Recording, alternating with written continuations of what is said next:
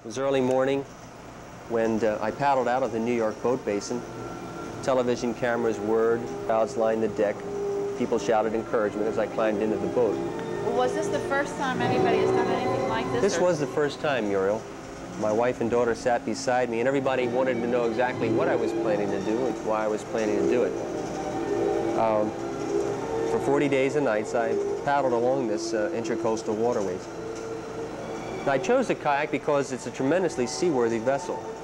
And back in 1956, a German doctor sailed one like this across the Atlantic. Oh. I ate well, and I lost about 40 pounds of weight, mostly from physical exertion and dehydration from the sun.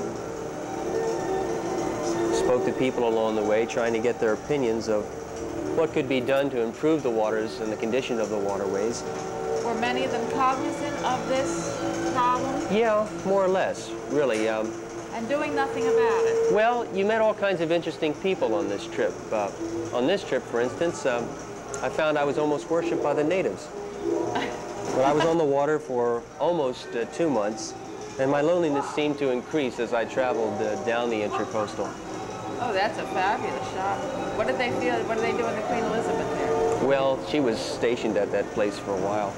I did cross the open ocean several times, and I had some strong winds and rains, even though I was in the midst of the hurricane season. I didn't have any hurricanes on the trip. I pulled into Miami Beach Chamber of Commerce docks after nearly 2 months, and very tired, very happy to see my wife, who was waiting for me, and said, did you see any pretty girls along the way, of course? And so as our island economies have increased and as the population's expanded, we've looked out towards the wetlands for a possibility of filling and increasing the size of the islands, actually.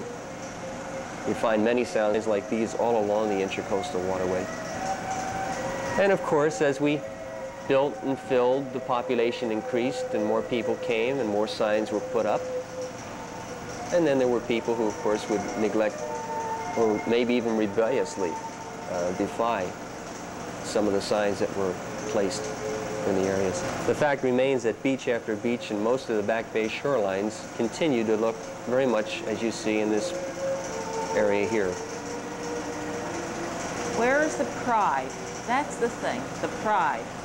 Oh, God only knows. I found it wasn't only the young people, but many times the older folk also.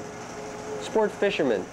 Now, what they're doing here is basically does not contribute to water pollution, but it isn't a matter of attitude. We've taken in our environment the very best of the resource and dumped the waste material wherever it was convenient.